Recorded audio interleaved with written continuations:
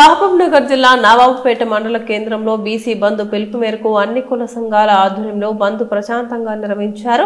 42% reservation అమలు కావాలని కాంగ్రెస్ ప్రభుత్వం కాలయాపన చేస్తుందని నవాబుపేట బీఆర్ఎస్ పార్టీ మండల అధ్యక్షులు ఎం నరసింహులు ఆరోపించారు.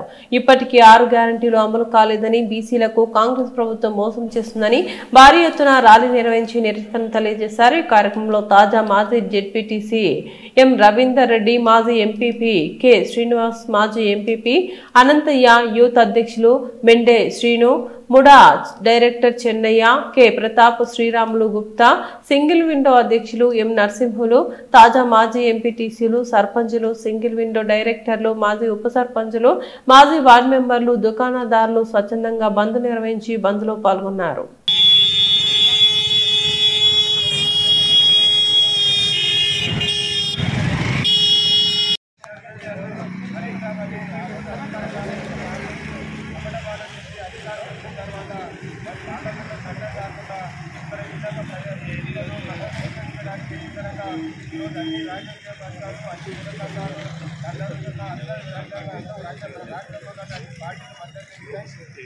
స్థానాలు ఉంటే 2 స్థానాలు కూడా ఈ రోజు కాంగ్రెస్ పార్టీ ఎంపీటీసీ గెలిచే పరిస్థితులు లేదు.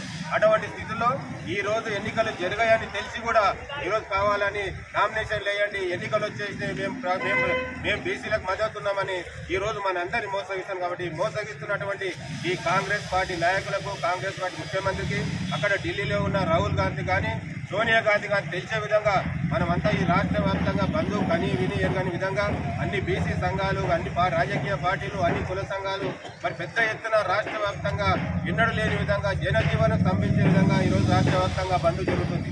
మనం విజయవంతం చేసిన మీ అందరికీ కూడా, అన్ని రాజకీయ పక్షాల నాయకులకు అందరికీ పేరు పైన ధన్యవాదాలు చేస్తున్నాం.